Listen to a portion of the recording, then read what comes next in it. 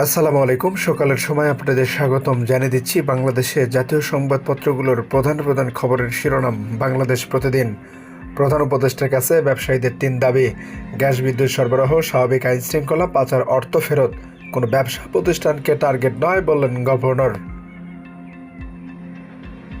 কক্সবাজারের সাবেক এমপি আব্দুর রহমান বদি গ্রেফতার। গণমাধ্যমে হামলায় প্রতিবাদে ঝড়।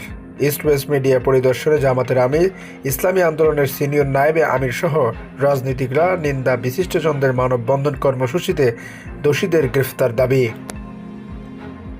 দুর্নীতির বিরুদ্ধে জিরো টলারেন্স।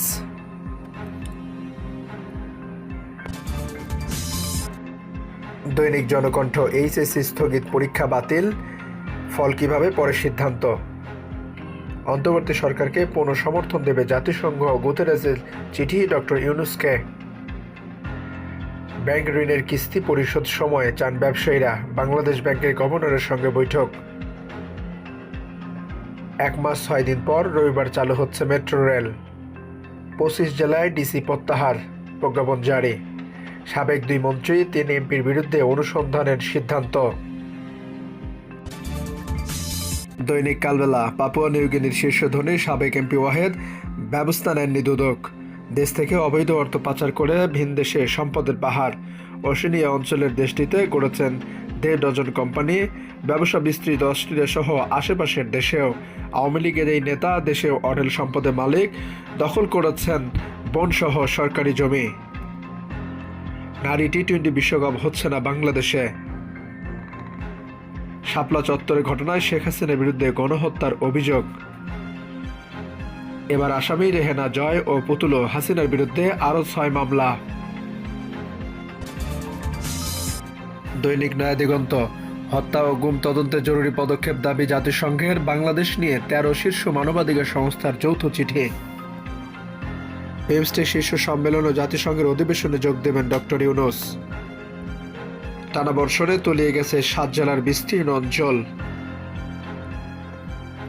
অন্তর্বর্তী সরকারকে এখনই কোনো সময়সীমা বেঁধে দেবে না বিএমপি। স্থায়ী কমিটির বৈঠক। চীনা ঋণের সুদ কমানো, মেয়াদ বাড়ানোর প্রস্তাব।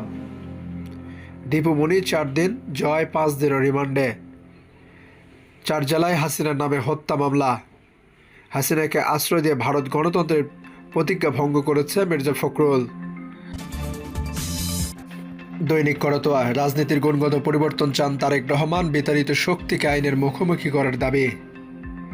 শিক্ষার্থীদের আরেকটি দাবি আদায়। এইচএসসি স্থগিত, পরীক্ষা বাতিল, ফল কিভাবে সিদ্ধান্ত পড়ে। দেশের সব বেসরকারি স্কুল কলেজের কমিটি ভেঙে দেওয়া হলো। শিক্ষা প্রতিষ্ঠানের শপথ বাক্য বদলে গেল। আন্তর্জাতিক ট্রাইব্যুনালের শাপলা চত্বরে গণহত্যার অভিযোগ। 25 জেলার ডিসি প্রত্যাহার। আরও 22 কর্মকর্তাকে যুগ্ম সচিব পদে পদোন্নতি। 28 জনকে সহকারী কমিশনার নিয়োগ। পুলিশ সুপার হলেন 30 কর্মকর্তা। গুলিতে পুলিশ কর্মকর্তা ছেলের মৃত্যু। ডিসি সহ 5 জনের নামে মামলা। আরও আওয়ামী লীগ নেতাদের দুর্নীতির অনুসন্ধানে দুদক। দীপুমণি 4 ও জয় 5 দিনের রিমান্ডে। ইয়াবা গডফাদার বদি গ্রেফতার।